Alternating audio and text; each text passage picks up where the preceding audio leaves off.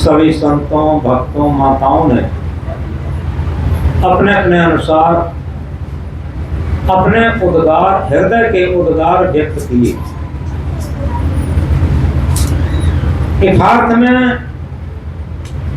यह गुरु पूर्णिमा पर्व हमें स्वावलंबी बनाता, पराधीनता में नहीं ढकेलता। जितना जितना हमारा स्वावलंबी जीवन होता जाता, हमारे अंदर गुरुत्व जागता जाता। एक महामंत्र में सदगुरु कबीर साहब जागृत करते हुए कहते हैं, सदगुरु की महिमा अनंत, अनंत किया उपकार, लोचन अनंत उघाड़िया, अनंत दिखावनहार।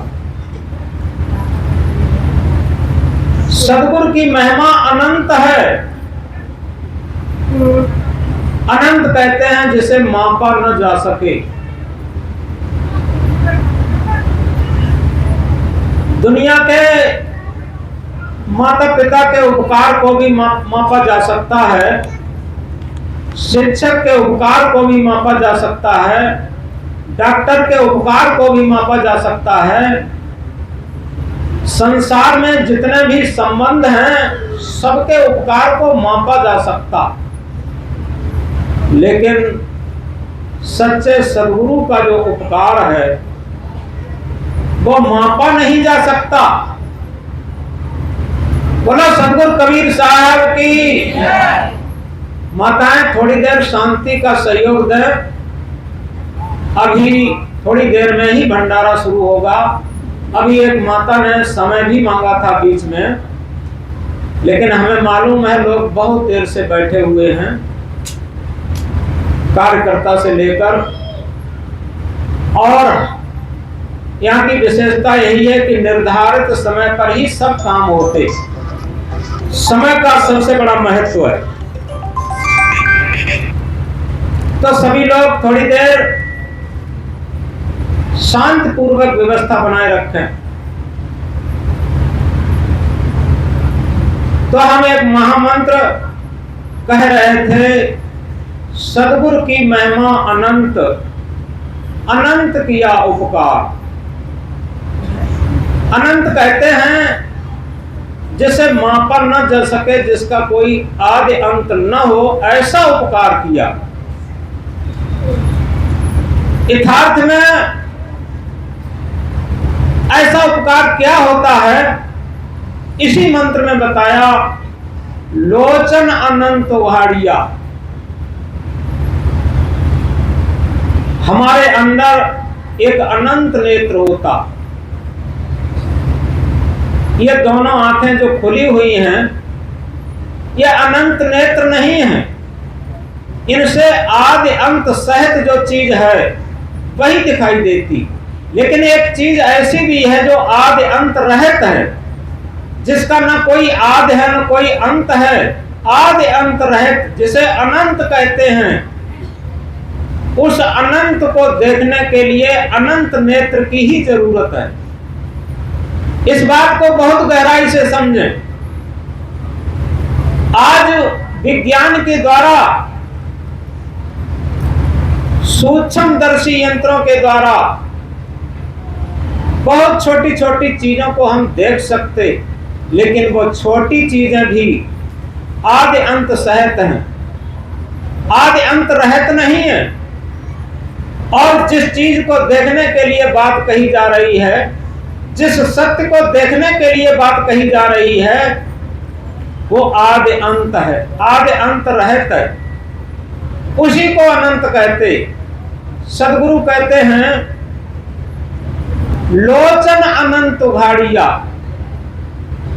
अनंत दिखावनहार। ऐसा नेत्र का हमारे अंदर प्रस्फुटन कर दिया जो अनंत नेत्र है, और उस अनंत नेत्र से ही अनंत का दर्शन होगा, अनंत का साक्षात्कार होगा।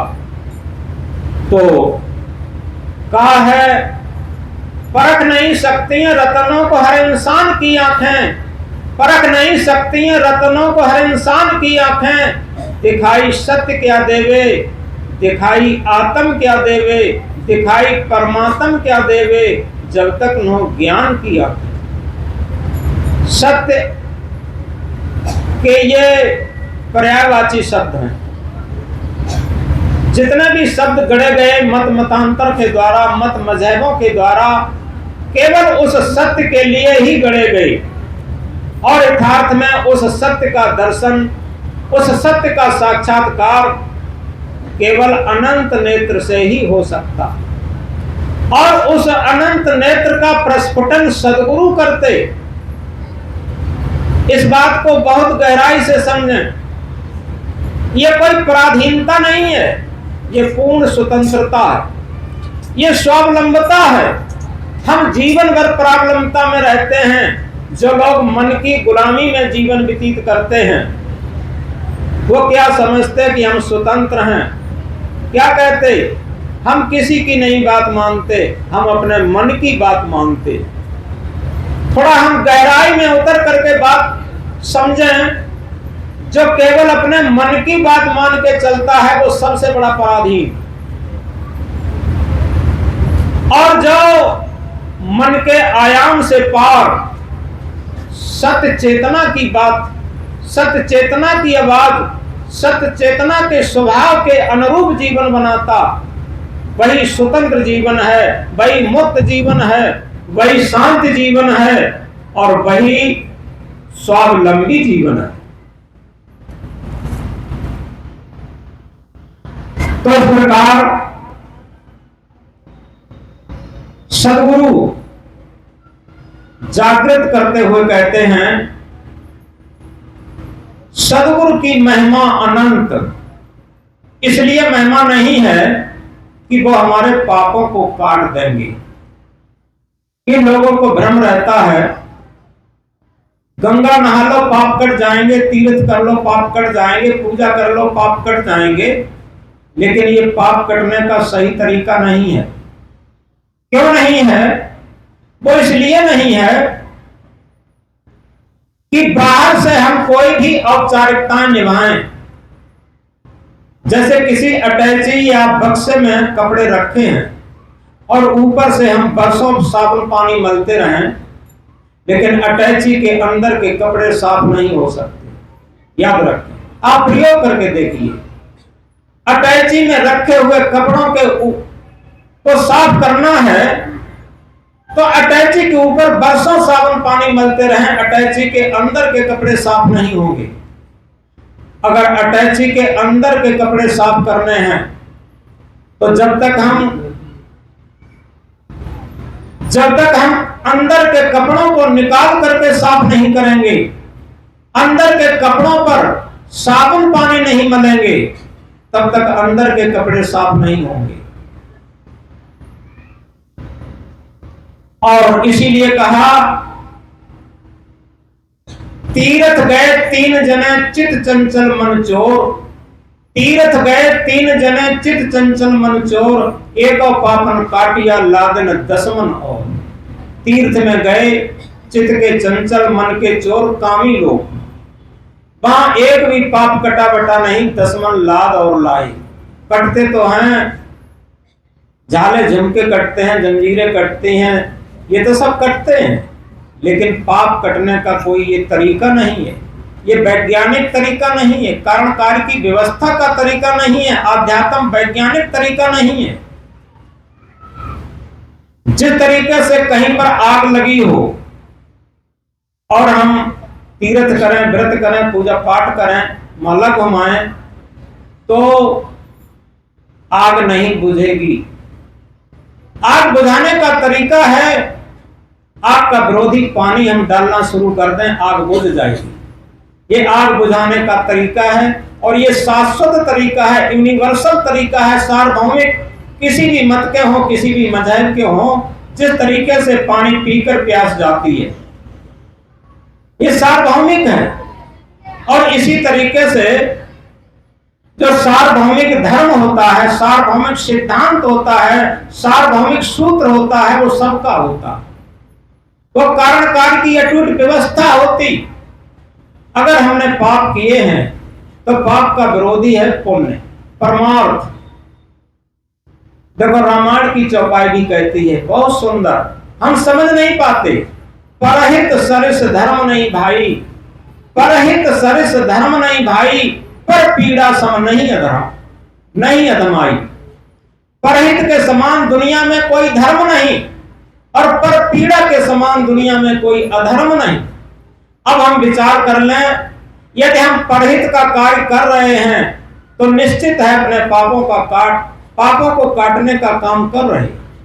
लेकिन अगर हम स्वार्थ में जी रहे हैं और सोच रहे हैं कि हमारे पाप कट जाएंगे, ये धोखा। और देखो रामायण में कितना सुंदर कहा, सत्य समान धर्म नहीं दूजा, सत्य समान धर्म नहीं दूजा, जप तप यज्ञ होम नहीं पूजा। सत्य के समान दुनिया में कोई धर्म नहीं, चाहे हम जप करें, तप करें, पूजा करें, यज्ञ करें, कुछ भी करें, लेकिन सत्य के समान दुनिया में कोई धर्म नहीं। संत सम्राट सदगुरु कबीर साहब इंकलाब करके कहते हैं, साच बराबर तप नहीं, झूठ बराबर पाप, जाके हृदय सांच है ताके हृदय आप। ये एक वैज्ञानिक तरीका है और ये कारण कार्य की व्यवस्था है। सांच के बराबर दुनिया में कोई तप नहीं है और झूठ के बराबर दुनिया में कोई पाप नहीं है। और जिसके हृदय में सांच है उसी के हृदय में आप सत्य, शांति स्वरूप, आत्म स्वरूप, परमात्म स्वरूप, ब्रह्म स्वरूप, ये सब उसी के हृदय में प्रस्फुटित होता। और इसीलिए कहा, सब घट तेरा साइया, सोनी सेज न कोय, बलिहारी घटतासु की जाघट प्रकट हो। सभी घटों में वही सत्य सत्ता विराजमान है, लेकिन उसी घट की बलिहारी है जिस घट से प्रकट हो जाए, प्रस्फुटित हो जाए। हम एक छोटी सी बात से समझेंगे कि सदगुरु का किस तरीके से हमारे जीवन में महत्व होता है। बचपन की याद, जब छोटे छोटे बच्चे गांव देहात में खेलते होते हैं तो क्या करते हैं, वो घर घर बनाते, मिट्टी का घर घर बनाते हैं, धूल का घर घर बनाते हैं, और धूल का घर घर बना करके फिर क्या करते हैं, गीली मिट्टी या गीली बालू ला करके उसके लड्डू बनाते हैं और पत्ते ला करके उनकी पूड़ी बनाते, और फिर वो पंगत पंगत खेलते हैं, भंडारा खेलते हैं। तो खूब आपस में पूड़ी साहब लड्डू साहब, पूड़ी साहब लड्डू साहब बैठ के पंगत करते हैं और बहुत खुश होते। थोड़ी देर बाद क्या होता है, वो स्वयं उसे लात से बिगाड़ करके, पैर से बिगाड़ करके और भाग के जाते। बच्चा जाता है और फिर माँ के पास जाता, क्या कहता है, मम्मी बहुत तेज भूख लगी है, अब हमें जल्दी से भोजन दो। मम्मी मुस्कुराती है और मुस्कुरा करके कहती है कि अभी तो तुम पंगत पंगत खेल रहे थे, लड्डू पूरी खा रहे थे, और अब तुम कहते हो बड़ी भूख लगी है। और जैसे ही ये माँ ने कहा मुस्कुराते हुए, बच्चा क्या कहता है, अरे माँ वो सब झूठ माठ था, कुछ नहीं था, हमें सच्चा भोजन चाहिए। बच्चा कहता है कि हमें सच्चा भोजन चाहिए, तभी हमारी भूख तृप्त होगी। इसी तरीके से यथार्थ में हम जितना भी सांसारिक खेल खेलते हैं उन बच्चों जैसा, और खेलने के बाद जब हम इस सांसारिक खेल से ऊब जाते, इसमें संतुष्टि नहीं मिल पाती, शांति नहीं मिल पाती, तब हम सदगुरु रूपी मां के पास जाते हैं कि गुरुदेव हमें शांति चाहिए, हमें शांत रूपी भोजन चाहिए। तो सदगुरु रूपी मां मुस्कुराते हैं कि अभी तो तुम खूब भोग भोग रहे थे संसार के, और बहुत मगन थे, बहुत मस्त थे, दुनिया के सम्राट तुम ही थे, और अब कहते हो कि हमें शांत चाहिए। वहां शांति नहीं मिली, वहां तृप्त नहीं हुए, वहां आत्म तृप्त, आत्म संतुष्टि, आत्म शांति नहीं मिली। तो वो साधक, वो भक्त, वो बच्चा क्या कहता है कि हे सदगुरु, हे मां, वो तो सब झूठ माठ था, वो सब झूठ माठ था। हमें तो सच्चा आध्यात्मिक भोजन चाहिए, जो हमें सच्चा भोजन जब मिलेगा तभी हमें सच्ची शांति भी मिलेगी।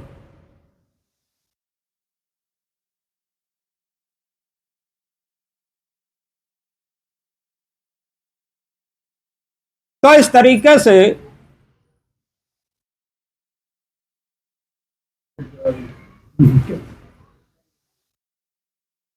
उस बच्चे की तरीके से जब हमारा मन निर्मल हो जाता, पवित्र हो जाता, इस बात को और गहराई से समझें, जब तक अहंकार रहता है हमारे मन में, दुनिया में सत्य को प्राप्त करने के लिए, आत्म को प्राप्त करने के लिए, शांति को प्राप्त करने के लिए, मुक्ति को प्राप्त करने के लिए, कल्याण को प्राप्त करने के लिए, ये प्राप्त करना कहना भी एक शैली है। ये प्राप्त नहीं होते, प्राप्त होती हैं सारी चीजें बाहर से, ये सारी चीजें हमारे अंदर से सहज प्राप्त ही हैं। इन बात को और ध्यान रखना, ये प्राप्त ही है, अप्राप्त नहीं है। भौतिक सारी चीजें हमें अप्राप्त रहती हैं, और कितनी भी प्राप्त हो जाएं तब भी हमारी तृष्णा बलवती रहती, हमें शांत नहीं मिलेगी, कितनी भी प्राप्त हो जाएं। और इसीलिए कहा, तृष्णा है कि डांकनी की जीवन को काल, और निस्दिन चाहे जीवन करत बिहार। ये सांसारिक तृष्णा जब मन में जग जाती है तो चाहे कितना भी कुछ मिल जाए सब कम ही कम रहता। तो ये कहा है, हविस की हविस इंसान को हैवान बना देती है। ये हमारे मन की हविस हमसे पूरे जीवन क्या क्या अनैतिक कार्य नहीं कराती, जघन्य अपराध नहीं कराती, ये मन के स्वार्थ में क्या क्या पाप कार्य नहीं कराती। जब हमारे अंदर तृष्णा की आग धधकने लगती तो यह हविस बन जाती हमारी तृष्णा। क्या कहा, हविस की हविस इंसान को हैवान बना देती, हविस की हविस इंसान को हैवान बना देती, हविस की चोट इंसान को इंसान बना देती, हविस की चोट इंसान को इंसान बना देती। अगर हविस से बचें जीवन भर तो इंसान को भगवान बना देती। यथार्थ में हमारे मन की हविस ही हमारे व्यवहार में कटुता लाती। आप देखें, पहले कंबाइंड परिवार, बहुत सदस्यों के कंबाइंड परिवार रह लेते थे और आपस में प्रेम से रहते थे।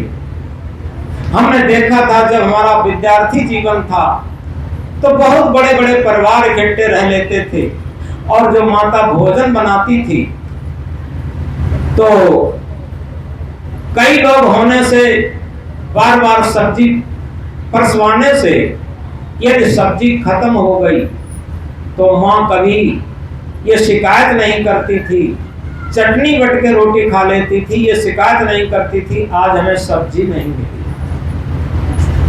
ये कंबाइंड परिवार कब रहते थे, जब हमारे अंदर, हमारे मन में हविस सवार नहीं थी, तृष्णा सवार नहीं थी, स्वार्थ सवार नहीं था, अहंकार सवार नहीं था। याद रखें, हमारे जीवन का जो सबसे बड़ा शत्रु है वो हमारे मन का अहंकार है। सुबह को जब एक प्रार्थना में गाते हैं, एक लाइन आती है बड़ी प्रिय है, और वो अगर सबके हृदय में वो लाइन लिख जाए तो निश्चित समझो हमारा जीवन चमत्कृत हो जाए, हमारा जीवन गुरुत्व से भरा भरा हो जाए, शांति से भरा भरा हो जाए। अहंकारी जग से पारी, बोध रूपारी दुख दाहर।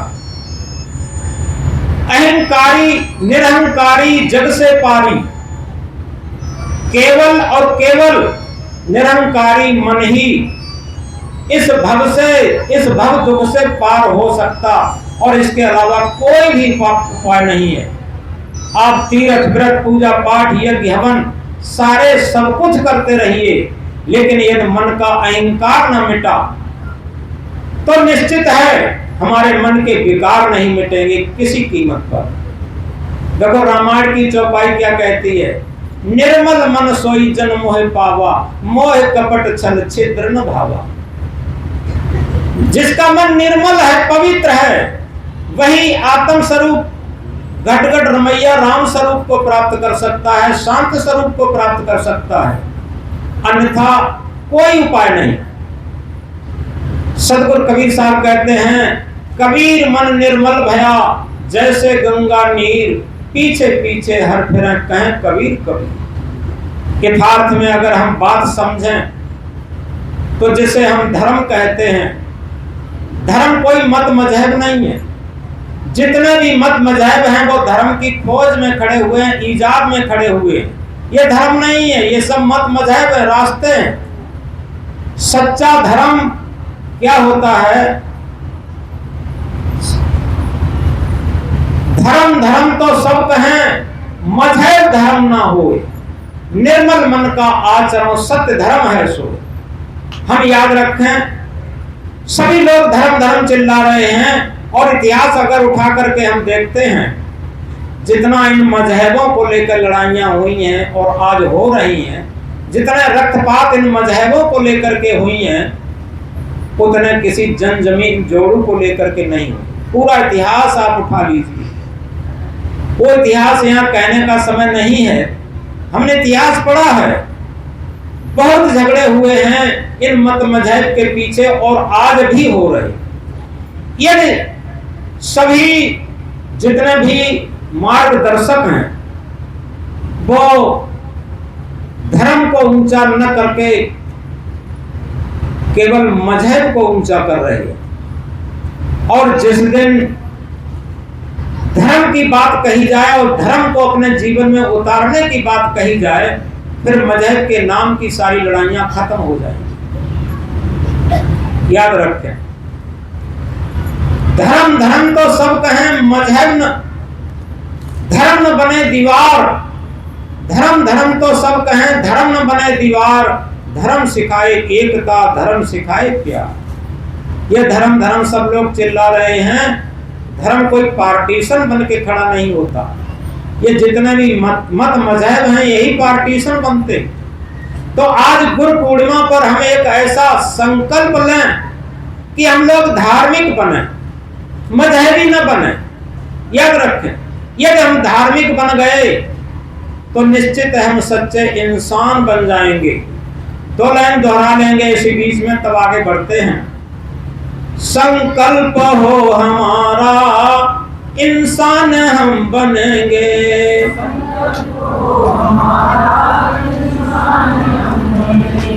संकल्प हो हमारा इंसान हम बनेंगे।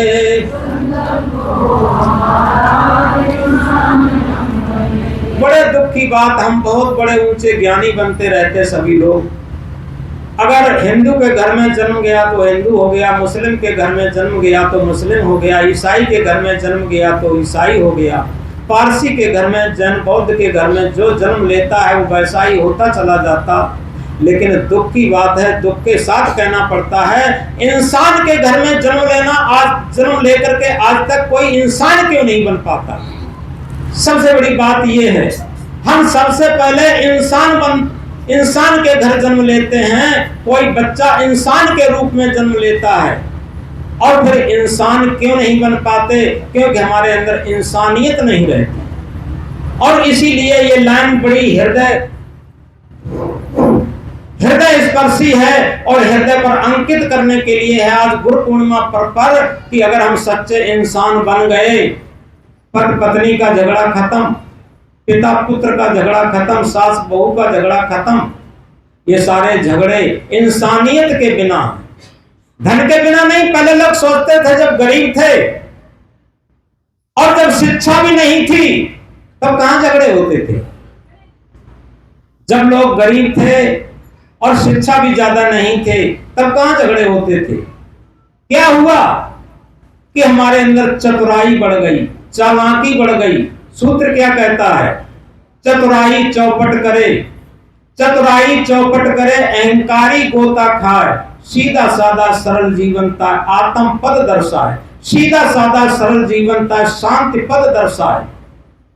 अगर यथार्थ में हम एक सहज जीवन जीना सीख लें, सरल जीवन जीना सीख लें। सरल और सहज जीवन कोई पागलपन नहीं है। सरल और सहज उसे कहते हैं जहां बनावट मिलावट और दिखावट नहीं है। जितना बनावट मिलावट और दिखावट का जीवन है उतना ही दुख का कारण बनता जाता है और उतना ही विरोध का कारण बनता जाता है। क्योंकि बनावट मिलावट दिखावट में सत्य गुम हो जाता, सत्य बिल्कुल रहता ही नहीं, झूठ का बोलबाला होता, दिखावा का बोलबाला होता। और इसीलिए कहा दिखावा छोड़ दो प्यारे, दिखावा छोड़ दो प्यारे, तभी कुछ हाथ आएगा। यह जीवन क्षणिक है, क्षण में काल के गाल जाएगा।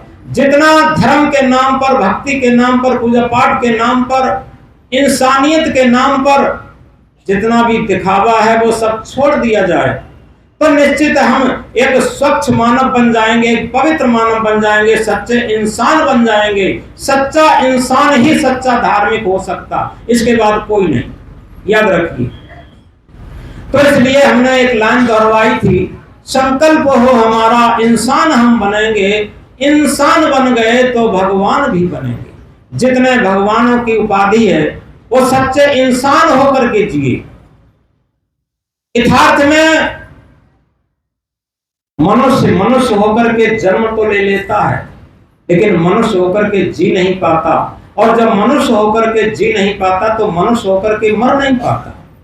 ये सबसे बड़ी विडंबना है। संत सम्राट सदगुरु कबीर देव इंकलाब करके कहते हैं, मानुष होए के नाम हुआ सो ढांगर ढोर, एक और जीव ठौर नहीं लागा, हुआ सो हाथी को। हम मनुष्य होकर के जन्म तो ले लिए लेकिन मनुष्य होकर के जी नहीं पाए, और मनुष्य होकर के जब जी नहीं पाए तो मनुष्य होकर के मर नहीं पाएंगे। जब मनुष्य होकर के मर नहीं पाएंगे तो केवल पशुत्व के संस्कार लेकर के जाएं। मैथिली गुप्त की भाषा में कहें, वही मनुष्य है जो कि मनुष्य के लिए मरे, वही मनुष्य है जो कि मनुष्य के लिए मरे। यह पशु प्रवृत्त है जो कि आप ही चरे। केवल जन्म से लेकर मृत्यु काल तक अपने मन की इंद्रियों की स्वार्थ के लिए हम जीते हैं, ये पशुत्व। तो आज हम गुरु पूर्णिमा पर अपने जीवन को समझने का प्रयास करें। जिसे गुरु पूर्णिमा है विविध तरीके से व्याख्या देते हैं, लेकिन एक वैज्ञानिक तरीका भी है। जैसे चंद्रमा में स्वयं प्रकाश नहीं है, सभी जानते हैं, सब पढ़े लिखे। किससे प्रकाशित है? सूर्य के प्रकाश से प्रकाशित है।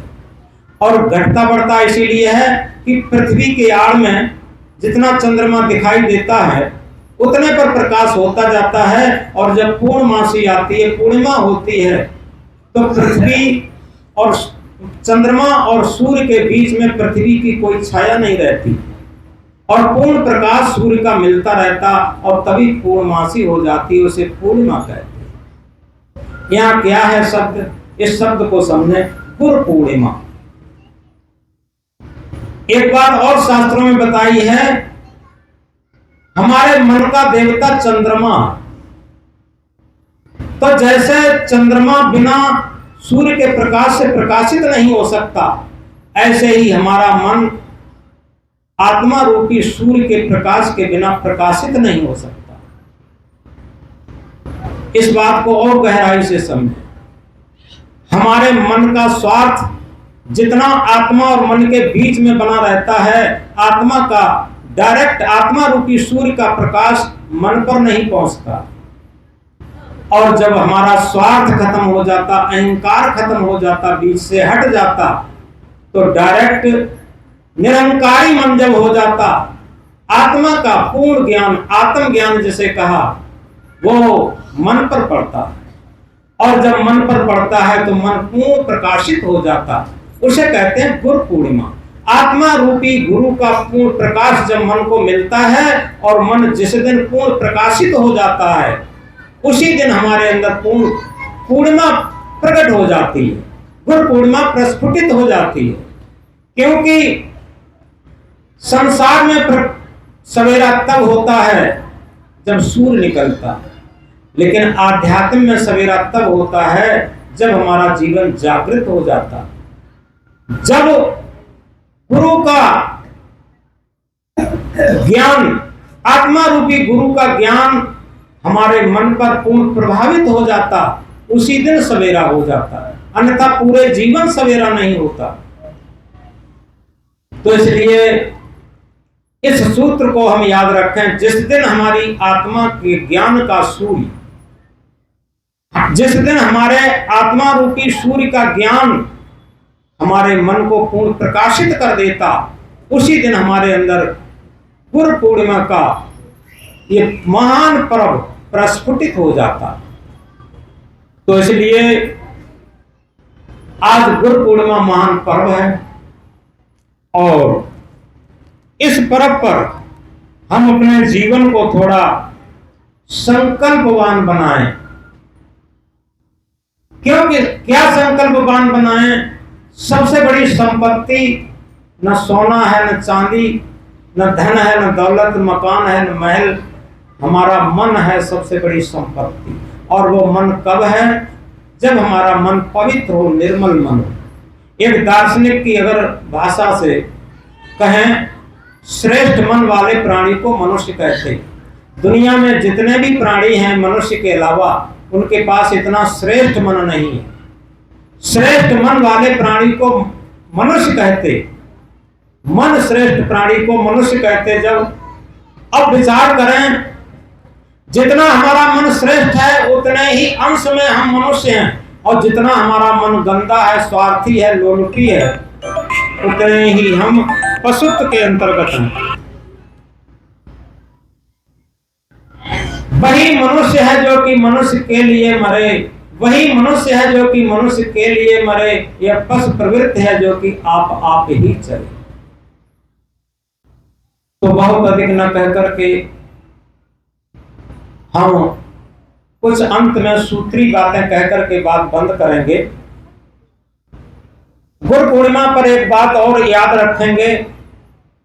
कबीर साहब ने एक बात कही, दोष पराये देख के चले हसंत हसंत, अपने दोष न देखई जिनके आद न अंत। हम दूसरे के दोषों को देख करके रात दिन वर्णन करते रहते, लेकिन कभी विचार किया कि हमारे अंदर कितने अवगुण हैं, हमारे अंदर कितने दोष हैं। जिस दिन हमारी ये वृत्ति बहिर्मुखी से अंतर्मुखी होकर के अपने विकार, अपने मन के विकार देखना शुरू कर देगी, उसी दिन हमारे अंदर गुरुत्व जागना शुरू हो जाएगा। ये दोनों चीजें एक साथ होती।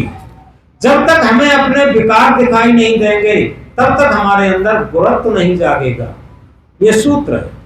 तो इसके लिए एक सूत्र हम कहा करते हैं, झांक रहे सब इधर उधर, झांक रहे सब इधर उधर, अपने अंदर झांके कौन। झांक रहे सब इधर उधर, अपने अंदर झांके कौन। दुनिया सुधरे सब चिल्लाते, निज को आज सुधारे कौन। देख रहे औरों में कमियां, अपने अंदर देखे कौन। देख रहे औरों में कमियां, अपने अंदर देखे कौन। दुनिया सुधरे सब चिल्लाते, दुनिया सुधरे सब चिल्लाते, निज को आज सुधारे कौन। पर उपदेश कुशल बहु तेरे, पर उपदेश कुशल बहु तेरे, निज पर आज विचारे कौन। जितना ऐसा कोई भी व्यक्ति यहाँ पर नहीं है जो ज्ञान की बातों को न जानता हो।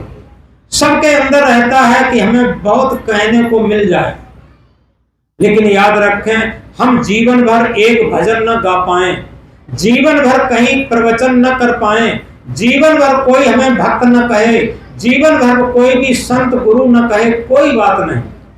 लेकिन क्या हो कि हम अपने अंदर की गलतियों को देख देख करके निकालने का प्रयत्न कर रहे हो। बस हमारी दृष्टि हमारे गलतियों पर हो, हमारे विकारों पर हो, हमारी दृष्टि अंतर्दृष्टि हो, अंतर्मुखी हो। यह सबसे बड़ी ज्ञान की बात है। तो इस सूत्र को हम गहराई से याद करें कि देख रहे औरों में कमियां, अपने अंदर देखे कौन। और पर उपदेश कुशल बहु तेरे, निज पर आज विचारे कौन। अंतिम लाइन में कहा है, हम सुधरेंगे जग सुधरेगा, हम सुधरेंगे जग सुधरेगा, इतनी सी बात विचारे कौन। मात्र आध्यात्मिक सूत्र और सदगुरु का सूत्र इतना है, आज से हम सुधरना शुरू कर दें, बात खत्म हो गई।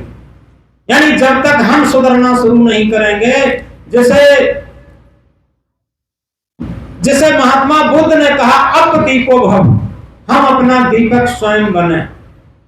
जब तक हम अपना दीपक स्वयं नहीं बनेंगे, तब तक जिस तरीके से किसी अंधेरे कमरे में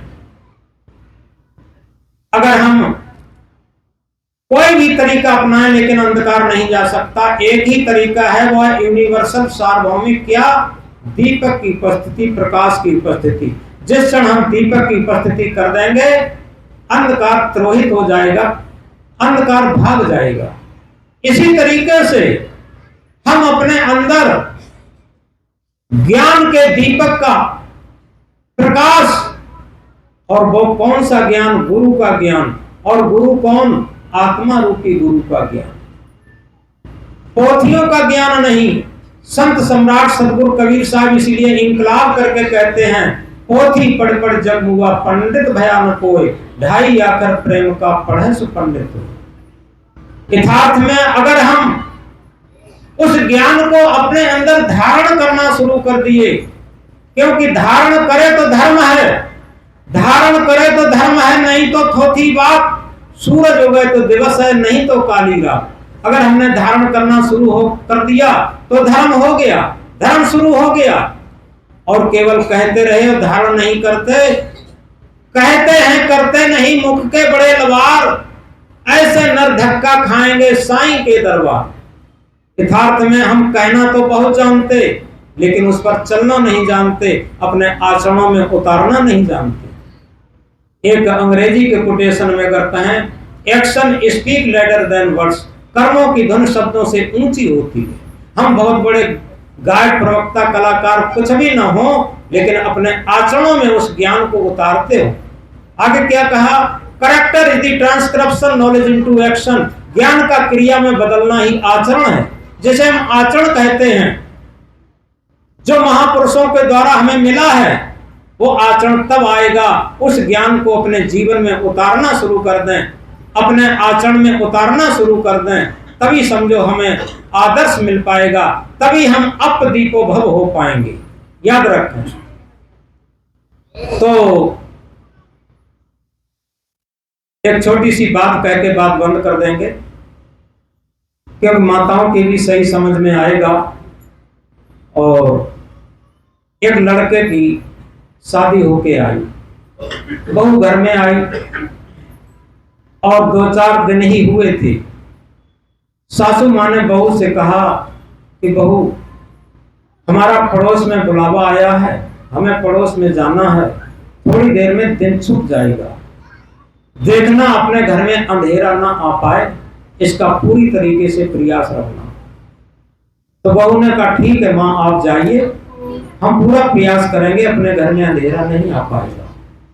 सासू माँ चली गई और थोड़ी देर बाद दिन छुप हुआ और झुलकी, जिसे देहात में कहते हैं झुलकी पड़ना, यानी अंधेरा शुरू होगा। जैसे ही अंधेरा शुरू हुआ, उस बहू ने क्या किया? पहले फाटक बंद किए, इसके बाद खिड़की बंद की, ये सब बंद करना शुरू कर दिया, जिससे कि अंधेरा हमारे घर में प्रवेश न हो पाए। जब फाटक, खिड़कियां सब बंद हो गई, तब भी अंधेरा आ गया, तो उसने एक बड़ा सा डंडा लिया और आंगन में बैठ करके पटकना शुरू कर दिया और ये कहा कि इस डंडे के डर से अंधेरा भाग जाएगा। लेकिन वो डंडा पटकती रही, अंधेरा नहीं भागा। काफी देर हो गई, भगाते भगाते मन में सोच रही थी, सासू माँ आएंगी तो हमें कहेंगी, डांटेंगी कि तू बनी रही घर में और फिर भी अंधेरा आ गया। तो इसलिए डंडा पटकते पटकते उसके हाथों में छाले भी पड़ गए, लेकिन अंधेरा नहीं भागा। तब तक सासू माँ ने किवाड़े खटखटाए, बहू ने जाकर कुंडी खोली। सासू माँ ने कहा कि बेटी तू क्या करती रही, अंधेरा तो सारा घर में घुसाया। तो उस बहू ने कहा कि माँ मैं क्या करती, मैंने जो उपाय था वो तो सब किया, मैंने फाटक बंद किया, मैंने खिड़कियां बंद की, और इस पर भी अंधेरा नहीं माना, तो मैं लाठी लेके बैठी और पटकती रही, उसके भय से भी अंधेरा नहीं भागा। मैं माँ क्या कर सकती थी, मैंने सारे प्रयास किए।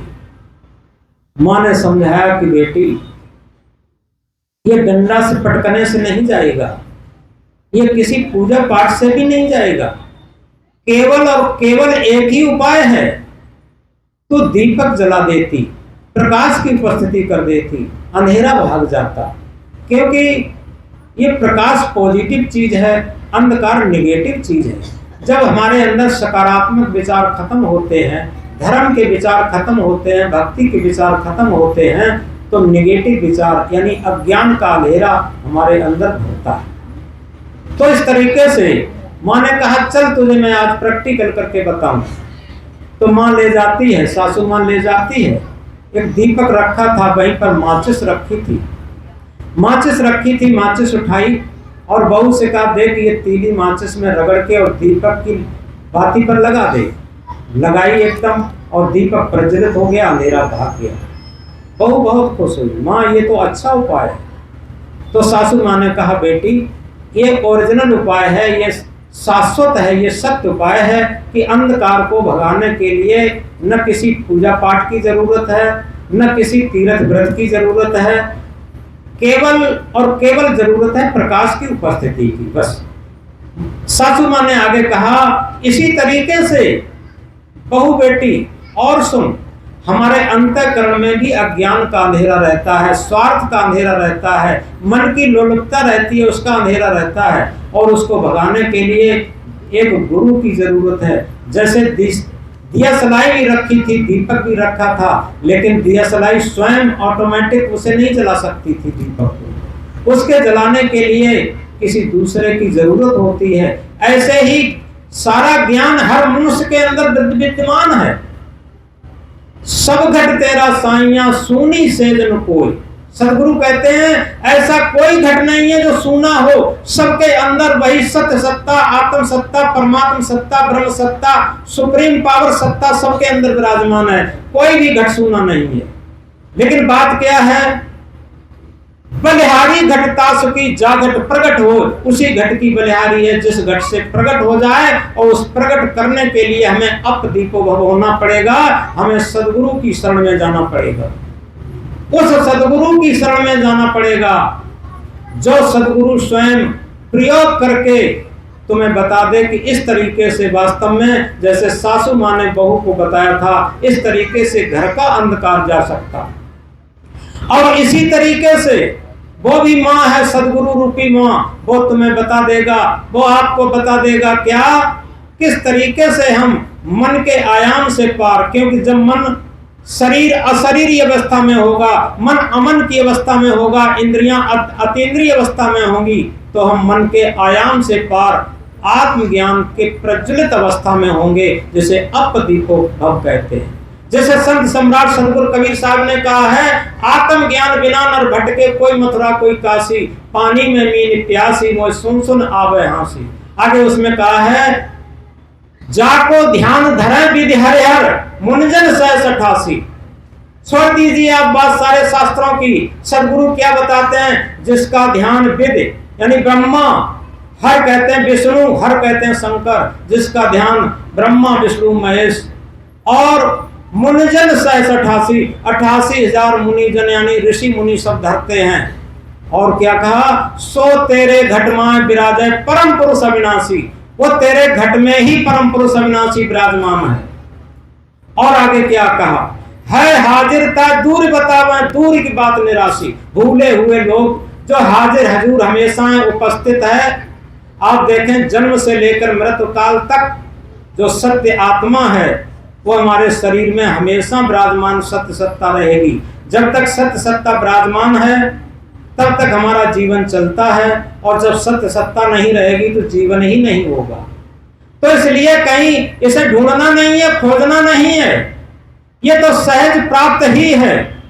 लेकिन आगे क्या बताते है हाजिरता दूर बतावे, दूर की बात निराशी, दूर की बात निराशा है, वहां कुछ है ही नहीं, इम्पॉसिबल, असंभव है, सब कुछ नहीं। और आगे क्या कहा, कहें कबीर सुनो वही साधव, गुरु बिन भरमन जासी। सूत्र है, सदगुरु कबीर साहब इंकलाब करके कहते हैं कि ये सारा भ्रम जो सत्य आत्मा है वो उसका साक्षात्कार कैसे हो और हमारा अज्ञान अंधकार कैसे जाए और परम शांत परम मुक्त अवस्था हम कैसे प्राप्त हों, इसके लिए कहें कबीर सुनो भाई साधव, गुरु बिन भरम न जासी। सदगुरु के बिना ये भ्रम मिट नहीं सकता।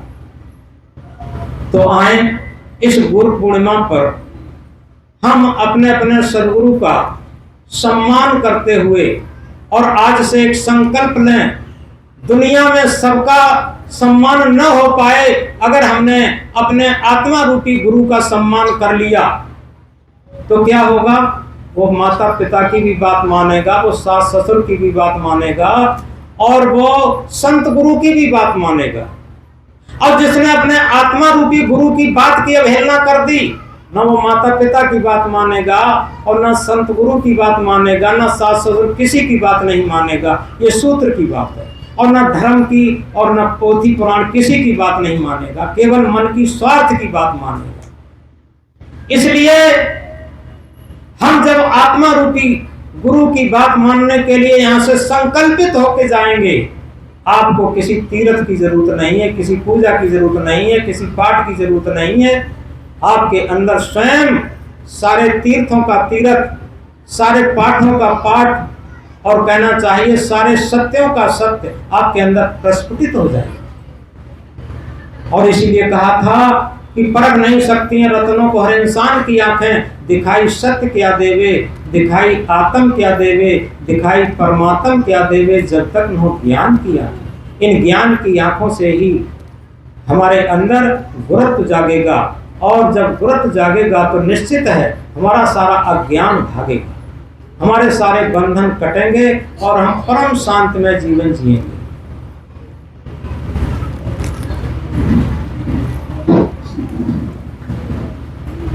समय पूरा हुआ और याद रखें, हमने देखा है पत्थर पिघलते हुए, शीत जल से भी शोले निकलते हुए, तुम न बदलोगे कैसे ये विश्वास हो, तुम न बदलोगे कैसे ये विश्वास हो। हमने देखा है मौसम बदलते हुए, हमने देखा है मौसम बदलते हुए। हम अपने केवल चाहे स्थान न बदल पाए, कपड़े न बदल पाए, कोई बात नहीं, केवल अपने मन को बदल लें, निर्मल मन बना लें, बस हो गया। और जब निर्मल मन हो जाएगा, सत्संग तीर्थ व्रत पूजा पाठ सब अपने अंदर ही प्रस्फुटित होने लगेंगे अपने आप। ये सच्ची गुरु पूजा है, यही जिसे हम कहते हैं गुरु पूर्णिमा पर्व, महान पर्व को मनाना, ये तभी सार्थक हो जाएगा। बोलो सदगुरु कबीर साहब की।